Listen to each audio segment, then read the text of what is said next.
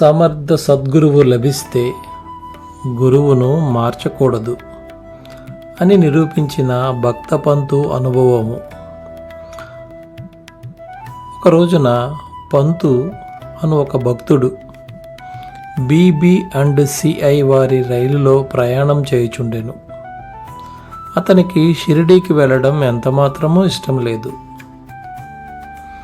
ఆ రైలులో ఎంతోమంది అతని బంధువులు, స్నేహితులు షిరిడీ వెళ్ళేవారు కలిసి అతనిని కూడా షిరిడీకి రమ్మని అడగడంతో మొహమాటంతో సరే అన్నాడు పంతు.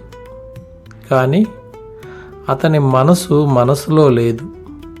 అతనికి వారితో వెళ్ళాలని లేదు. అందుకే తన గురువుగారి ఊరైన విరార్లో దిగి అక్కడికి వెళ్ళిపోయాడు. షిరిడీ వెళ్ళవలసిన బృందమంతా ముంబైలో దిగింది. భక్త పంతు మాత్రం విరార్లో తన గురువుగారిని దర్శించుకొని షిరిడీ వెళ్ళుటకు అనుమతి తీసుకొని ఖర్చులకు డబ్బు సమకూర్చుకొని షిరిడీ చేరుకున్నాడు. పంతు యొక్క మిత్ర బృందం ఉదయం 11 గంటలకే బాబా పూజ కొరకు మసీదు చేరుకున్నారు. ఆ సమయంలో వారంతా ఎంతో సంతోషంగా ఉన్నారు. అక్కడికి చేరిన భక్త పంతు హఠాత్తుగా మూర్ఛ వచ్చి క్రింద పడిపోయాడు. చుట్టూ ఉన్నవాళ్ళంతా ఎంతో భయపడ్డారు. పంతుకు చైతన్యం తెప్పించేందుకు ప్రయత్నించారు. చాలాసేపటి తర్వాత సాయిబాబా దయ వలన అతనిలో కదలిక వచ్చి చాలా మామూలుగా లేచి కూర్చున్నాడు. సర్వజ్ఞుడైన సాయిబాబా భక్త పంతు మనసు తెలుసుకొని అతడు మరొక గురువు యొక్క శిష్యుడన్న వాస్తవాన్ని కూడా గ్రహించి పంతుతో ఇలా అన్నారు: నీవు నీ గురువు యందు గల విశ్వాసము వీడవద్దు. నీ గురువు పాదాలను గాని మాటలను గాని ఎన్నడూ విస్మరించకూడదు. ఎల్లప్పుడూ నిలకడగా ఉండాలి. సర్వవేళలా వారి ధ్యానంలోనే మునిగి ఉండాలి అని పలుకగా పంతు ఎంతో భక్తి వినయములతో చేతులెత్తి నమస్కరించి బాబా చేసిన మేలు మరువలేదు. అనగా గురువు విషయంలో అనుమానము లేదా భయం చెక్కు చెదరకుండా చూసే బాబా యొక్క సద్గురుతత్వం ఇక్కడ మనకు విశదమవుతున్నది.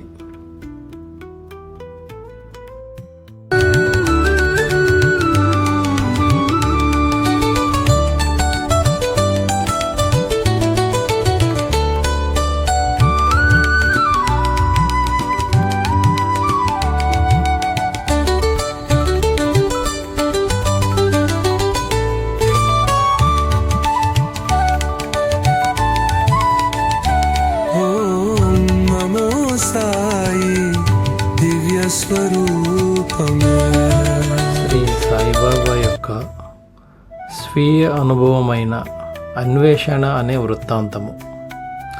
ఒకసారి సాయిబాబా కొంతమంది వ్యక్తులతో కలిసి అడవిలోకి వెళ్ళినప్పుడు జరిగిన సంఘటనని ఆయనే స్వయంగా ఇలా చెప్తున్నారు. ఒకసారి మేము నలుగురము ఏదో మత గ్రంథాలు చదువుతూ ఆ జ్ఞానముతో బ్రహ్మము యొక్క స్వరూప స్వభావాల గురించి తర్కించుకొనుచుండలో మాలో ఒకడు ఆత్మను ఆత్మచే ఉద్ధరించవలెను గాని ఇతరులపైన ఆధారపడరాదు అన్నాడు.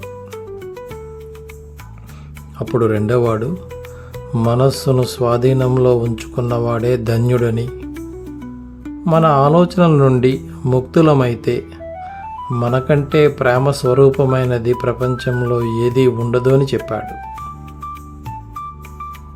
దానికి మూడవ వాడు కనులకు కనిపించే ఈ ప్రపంచం అనుక్షణం మారిపోతూ ఉండడం దాని సహజ గుణమని, కనుక ఏ రూపం లేనటువంటిదే శాశ్వతమని తెలియజేస్తూ సత్యాసత్య విచక్షణ అవసరమని చెప్పాడు.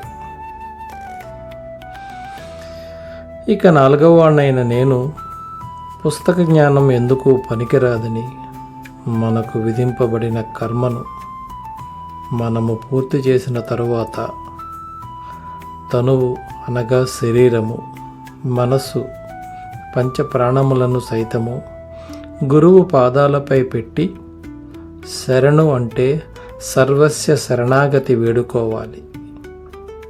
గురువే దైవం, సర్వవ్యాపకుడు అనే సత్యం తెలుసుకోవాలంటే చాలా దృఢమైన నమ్మకం కావాలి అన్నాను. ఈ విధముగా మాట్లాడుతూ మేము ఆ నలుగురం భగవంతుని కొరకు వెతుకుతూ అడవిలో తిరుగుతున్నాము. నాతో ఉన్న 3 వారికి తోచిన విధంగా వెతుకుతున్నారు. నేను వారి వెంటనే ఉన్నాను. కొంతసేపటికి ఒక వర్తకుడు మాకు ఎదురుపడి చిరునవ్వుతో పలకరింపుగా, ఇప్పుడు చాలా ఎండగా ఉంది కదా, ఎక్కడికి వెళుతున్నారు అని అడిగాడు. మాలో ఒకడు ఏదో తెలివిగా జవాబిచ్చాడు. ఒక ధ్యేయం లేకుండా తిరుగుతున్న మా ఎడల ఎంతో కనికరంతో అడవుల సంగతి పూర్తిగా తెలియకుండా ఎలా పడితే అలా తిరగడం ప్రమాదకరం. ఇలాంటప్పుడు మార్గదర్శి తప్పనిసరిగా ఉండాలి. మీరెవరి కోసం వెతుకుతున్నారో, ఎందుకొరకు వెతుకుతున్నారో నాకు చెప్పవలసిన పని లేదు. కానీ కూర్చొని భోజనం చేసి కాసిన నీళ్లు త్రాగి కొంత విశ్రాంతి తీసుకొని ఆ తర్వాత వెళ్ళండి. కాస్తంత ఓపిక పట్టండి. అలా ఎంతో మృదువుగా చెప్పిన ఆ మాటలు పెడచెవిన పెట్టి అలాగే మొండిగా అన్నీ మాకే తెలుసునని, మాకెవరి సహాయం అవసరం లేదని భావిస్తూ నడుస్తున్నారు మా వాళ్ళు. అడవి ఎంతో దట్టంగా ఉంది. ఎక్కడా సరైన దారి కానరావడం లేదు. ఇంత సూర్యరశ్మి కూడా ప్రవేశించకపోవడంతో అది పగలో రాత్రో కూడా తెలియకుండా ఉంది. మేము ఎటు వెళుతున్నామో మాకే తెలియడం లేదు. చాలాసేపటికి ఎక్కడ బయలుదేరామో తిరిగి అక్కడికే చేరుకున్నామన్న సత్యం అర్థమైంది. ముందు కలిసిన బంజారా మళ్ళీ ఎదురయ్యాడు. మీ తెలివితేటలు నమ్ముకోవడం వల్ల మీరు తిరిగి మొదటికే వచ్చారు. అంతేకాదు, మీరు ఖాళీ కడుపుతో అన్వేషణ ప్రారంభించడం చేత మీకు ఫలితం సిద్ధించదని తెలుసుకోండి. భగవంతుని సంకల్పం లేకుండా మీకు దారిలో ఎవరూ ఎదురుపడరు. నోటి ముందుకు వచ్చిన భోజనం కాదనకండి. వడ్డించిన విస్తరిని త్రోసివేయకూడదు. ఇప్పటికైనా ముందు ప్రశాంతంగా భోజనం చేయండి అని ఆ బంజారా ఎంతో బతిమలాడినా నా మిత్రులు 3 ఆ మాటలను పట్టించుకోకుండా భోజనం చేయకుండా ఉండిపోయారు. నేను మాత్రము బంజారా చూపిన అసామాన్యమైన ప్రేమకు లొంగిపోయాను. మేమెంతో తెలివైన వారం అనుకోవడం చేత కదా మొదట అతని ప్రేమకు దూరమయ్యాము అని తెలుసుకున్నాను. బంజారా ఏమాత్రం చదువుకున్నవాడు కాదు, చాలా తక్కువ జాతి వాడు కూడా. కానీ అతని హృదయం ప్రేమమయం. ఎలాంటి ప్రతిఫలాక్ష లేకుండా అతడు భోజనం చేయమని అడిగిన తీరే అందుకు నిదర్శనం. అటువంటి వారే నిజమైన నాగరికులని నా అభిప్రాయం. అందుచేతనే చక్కటి మర్యాదపూర్వకంగా అతడు పెట్టిన భోజనము నేను తిని అతడిచ్చిన నీళ్లు త్రాగి ఎంతో తృప్తి చెందాను. పరమ ఆశ్చర్యకరంగా వెంటనే మా గురువుగారు మా ఎదుటకు వచ్చి నిలిచినారు. ఏమి జరిగిందని గురువుగారు అడుగుడిచే జరిగిన వృత్తాంతమంతయు వారికి చెప్పాను. అప్పుడు వారు, నాతో రావడం మీకు ఇష్టమేనా?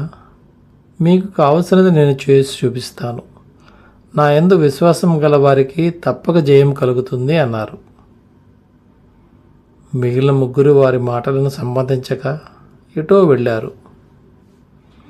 నేను మాత్రము గురువుగారికి సవినయంగా నమస్కరించి అనుసరించాను. గురువుగారు నన్ను ఒక బావి దగ్గరకు తీసుకుని వెళ్ళారు. నా కాళ్లకు తాళ్ళు కట్టి బావిలోకి ఒరిగి ఉన్న ఓ చెట్టు కొమ్మకు తలకిందులుగా వేలాడదీశారు. నా తలకు నీటి నుండి 3 అడుగుల దూరం ఉంది. చేతులు చాచినా నీళ్లు తగలగలవు. నన్ను అలా వేలాడదీసిన గురువుగారు ఎటో వెళ్ళిపోయారు. సుమారు 4-5 గంటల తర్వాత గురువుగారు వచ్చి నన్ను బయటకు తీసి ఎంతో ఆప్యాయంగా ఎలా ఉంది అని అడిగారు.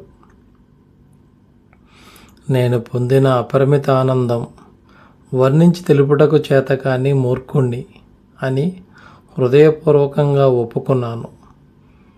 దానికి గురువుగారు పరమానందంతో నన్ను చేరదీసి నా వీపుపై ప్రేమతో తట్టి నన్ను వారి వద్ద ఉంచుకున్నారు. తల్లిపక్షి పిల్లపక్షులను జాగ్రత్తగా చూసుకునే విధంగా వారు నన్ను చూసుకోసాగారు. వారి బడిలో నన్ను చేర్చుకున్నారు. నా యందు గల నా అభిమానమంతా తొలగిపోయింది. అత్యంత సులభంగా నాకు గొప్ప శక్తి లభించింది. గురువుగారి కళ్ళల్లోకి తదేకంగా చూస్తూ ఉండిపోవాలనే భావన నాలో అణువణువునా కలిగింది. వారి రూపము నా హృదయంలో నిలిచి ఉండుటచే ఇక నాకు ఈ కనులతో పనిలేదనిపించింది. అది వారి యొక్క ప్రభావం. నా గురువుగారే నాకు సమస్తముగా తోచసాగింది. నా ఇల్లు, నా ఆస్తి, నా తల్లిదండ్రులు అన్నీ అంతా వారే అని తెలిసింది.